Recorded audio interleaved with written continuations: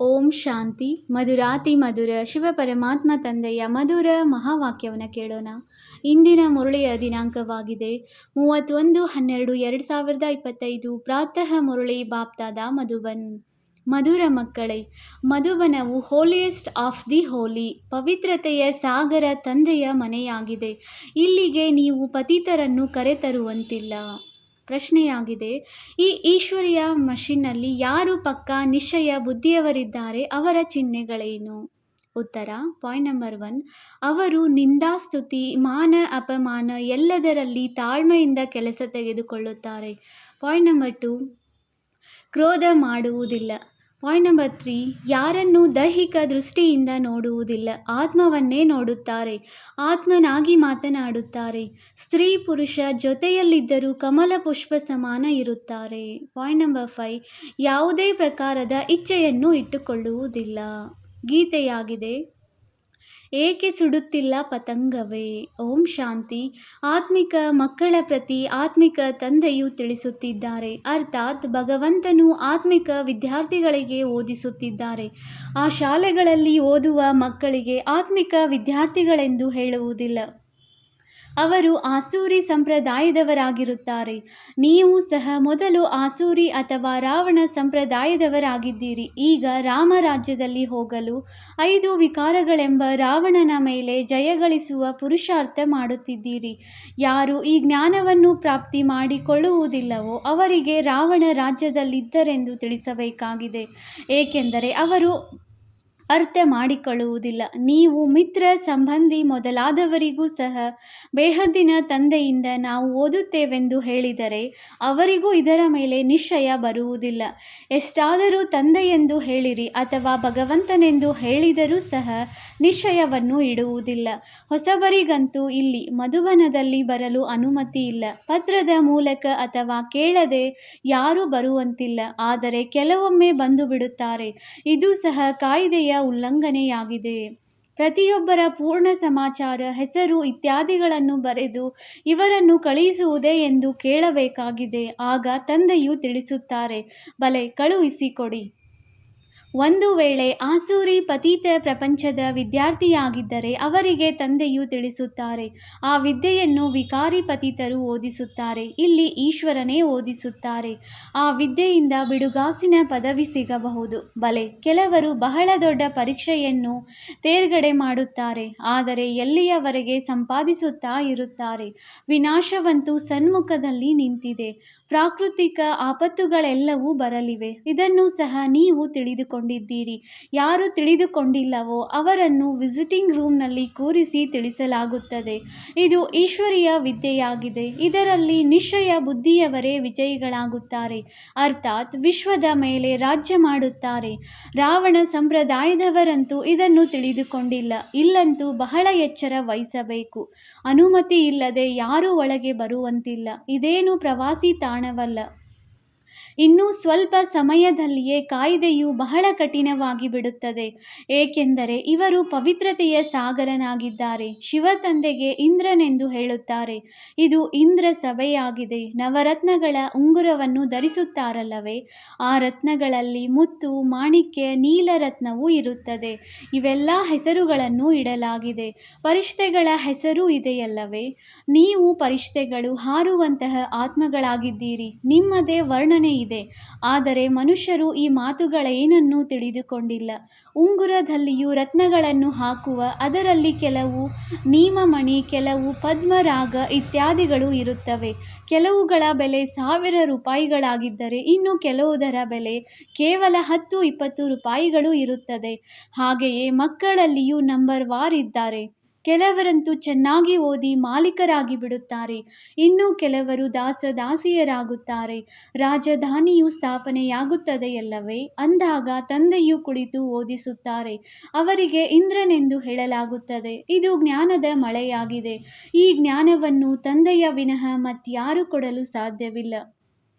ನಿಮ್ಮ ಗುರಿ ಧ್ಯೇಯವೇ ಇದಾಗಿದೆ. ಒಂದು ವೇಳೆ ಈಶ್ವರನೇ ಓದಿಸುತ್ತಾರೆ ಎಂಬುದು ನಿಶ್ಚಯವಾಗಿ ಬಿಟ್ಟರೆ ಮತ್ತೆ ಅವರು ಎಂದೂ ವಿದ್ಯೆಯನ್ನು ಬಿಡುವುದಿಲ್ಲ.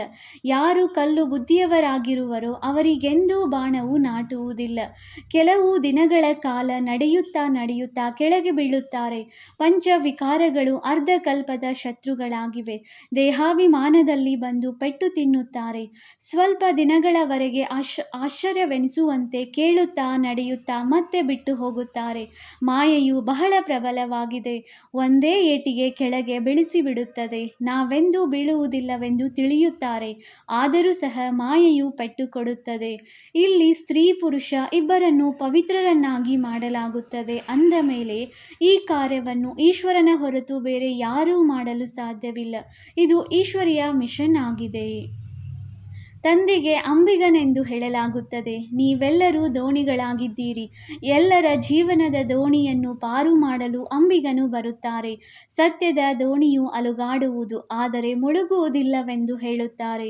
ಎಷ್ಟು ಅನೇಕ ಮಠ ಪಂಥಗಳಿವೆ. ಜ್ಞಾನ ಮತ್ತು ಭಕ್ತಿಯ ನಡುವೆ ಹೇಗೆ ಯುದ್ಧವಾಗುತ್ತದೆ. ಕೆಲವೊಮ್ಮೆ ಭಕ್ತಿಗೆ ವಿಜಯವಾಗುವುದು, ಆದರೆ ಕೊನೆಗೆ ಜ್ಞಾನಕ್ಕೆ ವಿಜಯ ಸಿಗುವುದು. ಭಕ್ತಿಯ ಕಡೆ ನೋಡಿ, ಎಷ್ಟು ದೊಡ್ಡ ಯೋಧರಿದ್ದಾರೆ. ಜ್ಞಾನ ಮಾರ್ಗದ ಕಡೆಯೂ ಎಷ್ಟು ದೊಡ್ಡ ಯೋಧರಿದ್ದಾರೆ.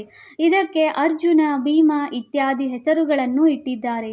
ಇದೆಲ್ಲವನ್ನು ಅವರು ಕಥೆಗಳ ರೂಪದಲ್ಲಿ ಬರೆದಿದ್ದಾರೆ. ಗಾಯನವು ನಿಮ್ಮದೇ ಆಗಿದೆ. ನೀವೀಗ ನಾಯಕ ನಾಯಕಿಯ ಪಾತ್ರವನ್ನು ಅಭಿನಯಿಸುತ್ತಿದ್ದೀರಿ. ಈ ಸಮಯದಲ್ಲಿಯೇ ಯುದ್ಧವು ನಡೆಯುತ್ತದೆ. ನಿಮ್ಮಲ್ಲಿಯೂ ಸಹ ಅನೇಕರು ಈ ಮಾತುಗಳನ್ನು ಪೂರ್ಣ ರೀತಿಯಲ್ಲಿ ತಿಳಿದುಕೊಳ್ಳುವುದಿಲ್ಲ. ಯಾರು ಒಳ್ಳೊಳ್ಳೆಯವರು ಇರುವರೋ ಅವರಿಗೆ ಬಾಣವು ನಾಟುತ್ತದೆ. ಕೆಳ ದರ್ಜೆಯವರು ಥರ್ಡ್ ಕ್ಲಾಸ್ ಕುಳಿತುಕೊಳ್ಳಲು ಸಾಧ್ಯವಿಲ್ಲ. ಪ್ರತಿದಿನ ಬಹಳ ಕಠಿಣ ಕಾಯ್ದೆಗಳಾಗುತ್ತಾ ಹೋಗುತ್ತವೆ.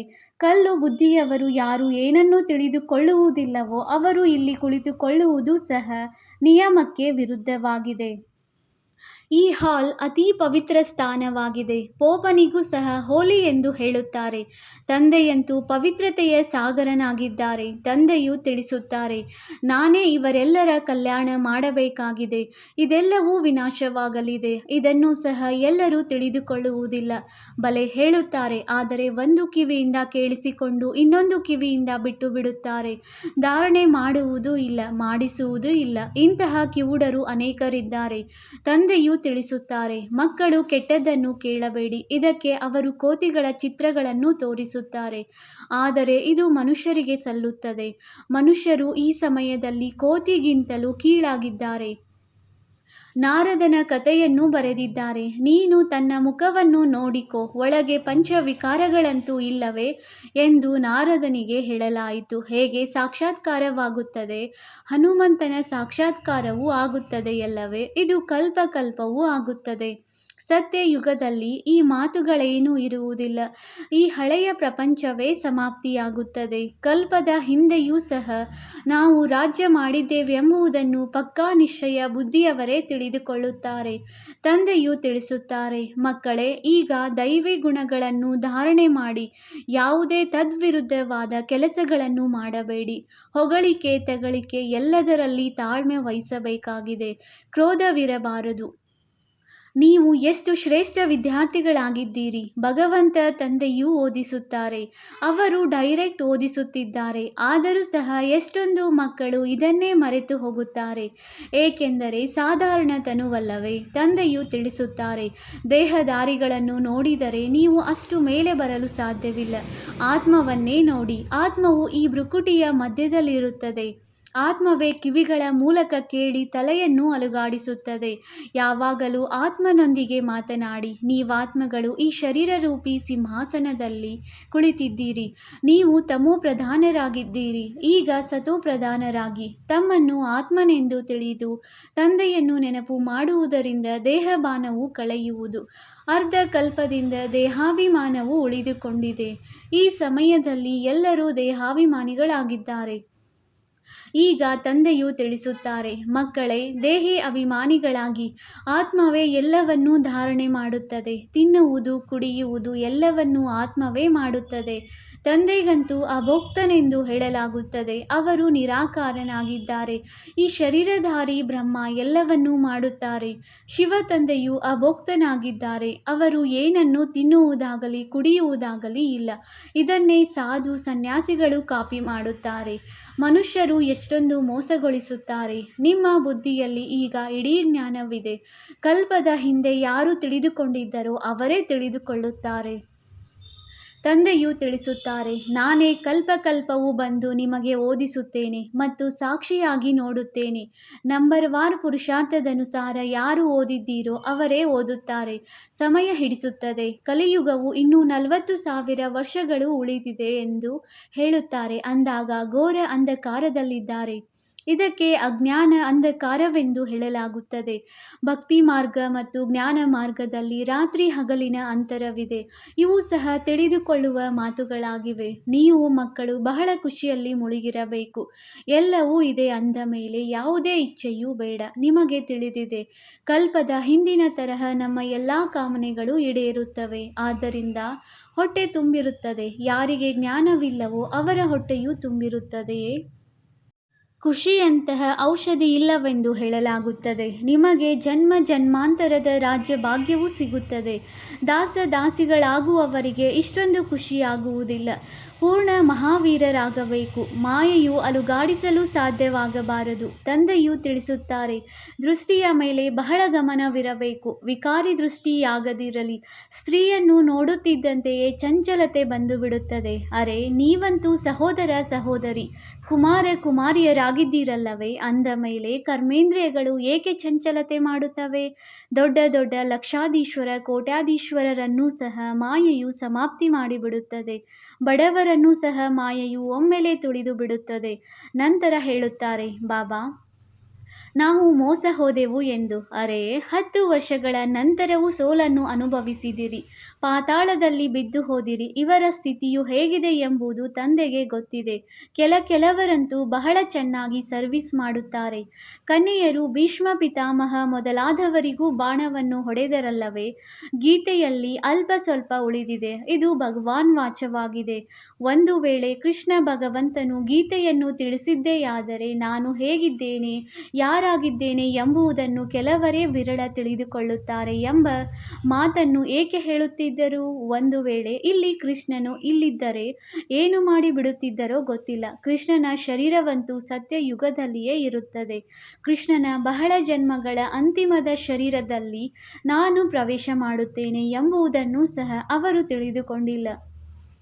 ಕೃಷ್ಣನು ಮುಂದೆ ಇದ್ದಿದ್ದೇ ಆದರೆ ಎಲ್ಲರೂ ಓಡಿ ಬಂದು ಬಿಡುತ್ತಿದ್ದರು. ಪೋಪ್ ಮೊದಲಾದವರು ಬಂದರೆ ಅಲ್ಲಿ ಎಷ್ಟೊಂದು ಗುಂಪು ಸೇರುತ್ತದೆ. ಆದರೆ ಈ ಸಮಯದಲ್ಲಿ ಎಲ್ಲರೂ ಪತಿತ ತಮೋಪ್ರಧಾನರಾಗಿದ್ದಾರೆ ಎಂಬ ಮಾತನ್ನು ಮನುಷ್ಯರು ತಿಳಿದುಕೊಳ್ಳುವುದಿಲ್ಲ. ಹೇ ಪತಿತ ಪಾವನ, ಬನ್ನಿ ಎಂದು ಹೇಳುತ್ತಾರೆ. ಆದರೆ ನಾವು ಪತಿತರಾಗಿದ್ದೇವೆ ಎಂಬುದನ್ನು ತಿಳಿದುಕೊಳ್ಳುವುದಿಲ್ಲ. ಮಕ್ಕಳಿಗೆ ತಂದೆಯು ಎಷ್ಟು ಚೆನ್ನಾಗಿ ತಿಳಿಸಿಕೊಡುತ್ತಾರೆ. ತಂದೆಯ ಬುದ್ಧಿಯು ಎಲ್ಲ ಸೇವಾ ಕೇಂದ್ರಗಳ ಅನನ್ಯ ಮಕ್ಕಳ ಕಡೆ ಹೊರಟು ಹೋಗುತ್ತದೆ.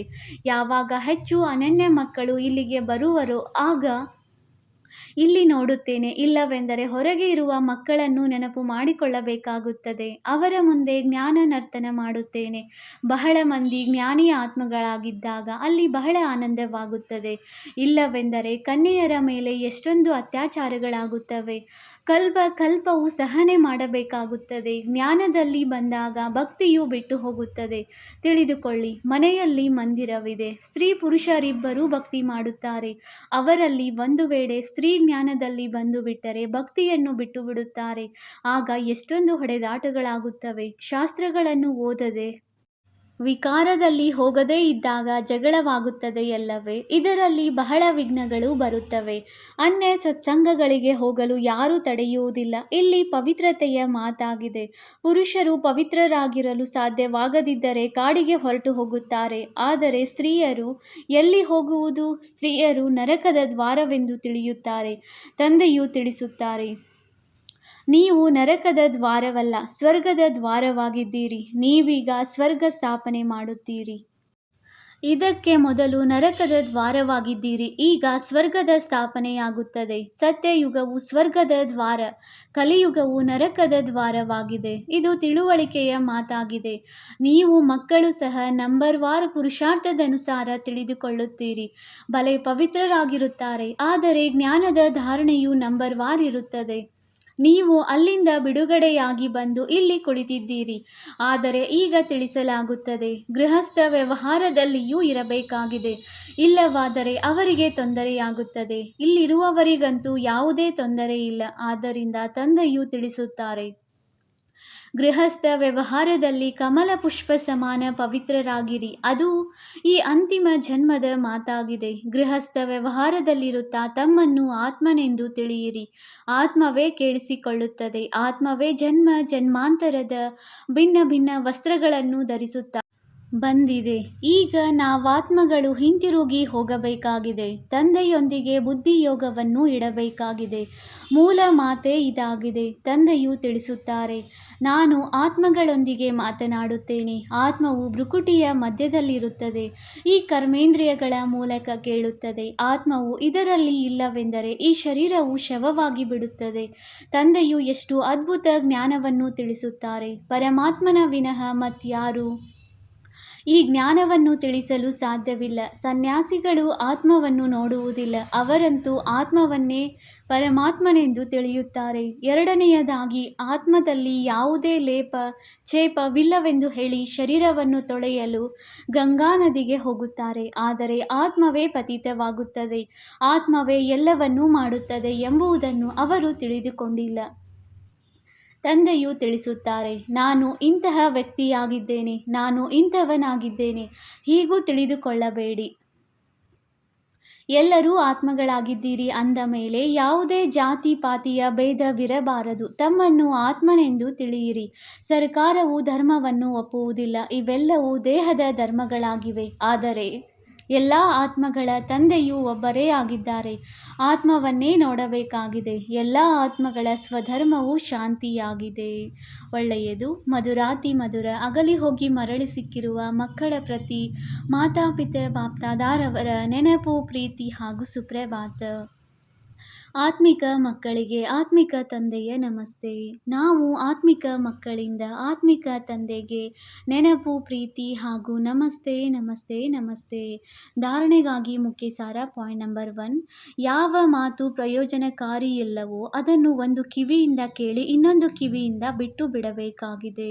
ಕೆಟ್ಟದ್ದನ್ನು ಕೇಳಬೇಡಿ ಎಂದು ತಂದೆಯು ಯಾವ ಶಿಕ್ಷಣವನ್ನು ಕೊಡುತ್ತಾರೆಯೋ ಅದನ್ನು ಧಾರಣೆ ಮಾಡಿಕೊಳ್ಳಬೇಕಾಗಿದೆ. ಪಾಯಿಂಟ್ ನಂಬರ್ 2, ಯಾವುದೇ ಮಿತವಾದ ಇಚ್ಛೆಗಳನ್ನು ಇಟ್ಟುಕೊಳ್ಳಬಾರದು. ದೃಷ್ಟಿಯ ಕಡೆ ಬಹಳ ಗಮನ ಕೊಡಬೇಕಾಗಿದೆ. ವಿಕಾರಿ ದೃಷ್ಟಿ ಇರಬಾರದು. ಯಾವುದೇ ಕರ್ಮೇಂದ್ರಿಯವು ಚಂಚಲವಾಗಬಾರದು. ಖುಷಿಯಿಂದ ಸಂಪನ್ನವಾಗಿರಬೇಕು. ವರದಾನ: ಮಾಯೆಯ ಆಟವನ್ನು ಸಾಕ್ಷಿಯಾಗಿ ನೋಡುವಂಥವರು ಸದಾ ನಿರ್ಭಯ ಮಾಯಾಜೀತ್ ಭವ.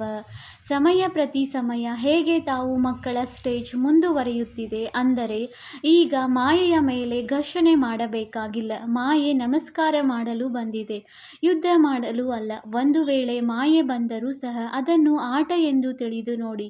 ಈ ರೀತಿ ಅನುಭವ ಆಗಲಿ. ಹೇಗೆ ಸಾಕ್ಷಿಯಾಗಿ ಹದ್ದಿನ ಡ್ರಾಮಾವನ್ನು ನೋಡುವಿರಿ ಹಾಗೆ ಮಾಯೆಯ ಎಂತಹದೇ ವಿಕರಾಳ ರೂಪವಿರಲಿ, ತಾವು ಅದನ್ನು ಆಟದ ಗೊಂಬೆ ಮತ್ತು ಆಟ ಎಂದು ತಿಳಿದು ನೋಡುವಿರಿ. ಆಗ ಬಹಳ ಸಂತೋಷವಾಗುತ್ತದೆ. ನಂತರ ಅದರಿಂದ ಭಯ ಅಥವಾ ಗಾಬರಿಯಾಗುವುದಿಲ್ಲ. ಯಾವ ಮಕ್ಕಳು ಸದಾ ಆಟಗಾರನಾಗಿ ಸಾಕ್ಷಿಯಾಗಿದ್ದು ಮಾಯೆಯ ಆಟವನ್ನು ನೋಡುವರು, ಅವರು ಸದಾ ನಿರ್ಭಯ ಅಥವಾ ಮಾಯಾಜೀತ್ ಆಗಿ ಬಿಡುವಿರಿ. ಸ್ಲೋಗನ್: ಇಂತಹ ಸ್ನೇಹದ ಸಾಗರ ಆಗಿ ಆಗ ಕ್ರೋಧ ಸಮೀಪ ಸಹ ಬರಲು ಸಾಧ್ಯವಾಗಬಾರದು. ಅವ್ಯಕ್ತ ಸೂಚನೆ: ಈಗ ಸಂಪನ್ನ ಅಥವಾ ಕರ್ಮಾತೀತರಾಗುವುದರಲ್ಲಿ ತತ್ಪರರಾಗಿರಿ. ಕರ್ಮಾತೀತ ಅರ್ಥಾತ್ ಕರ್ಮದ ಅಧೀನರಲ್ಲ, ಕರ್ಮಗಳ ಪರತಂತ್ರವಲ್ಲ. ಸ್ವತಂತ್ರರಾಗಿದ್ದೀರಿ. ಕರ್ಮೇಂದ್ರಿಯಗಳ ಮೂಲಕ ಕರ್ಮ ಮಾಡಿಸಿರಿ. ಮಾಡುತ್ತಾ ಅಕರ್ತ ಸಂಪರ್ಕ ಸಂಬಂಧಗಳಲ್ಲಿರುತ್ತಾ ಕರ್ಮಾತೀತರು ಎನ್ನುವ ಗಾಯನವಿದೆ. ಇಂತಹ ಸ್ಟೇಜ್ ಇರುತ್ತದೆಯೇ? ಯಾವುದೇ ಆಕರ್ಷಣೆ ಇರಬಾರದು ಮತ್ತು ಸರ್ವಿಸ್ ಸಹ ಆಕರ್ಷಣೆಯಿಂದ ಇರಬಾರದು, ಆದರೆ ನಿಮಿತ್ತ ಭಾವದಿಂದಿರಲಿ. ಇದರಿಂದ ಸಹಜವೇ ಕರ್ಮಾತೀತರಾಗಿ ಬಿಡುವಿರಿ. ಓಂ ಶಾಂತಿ.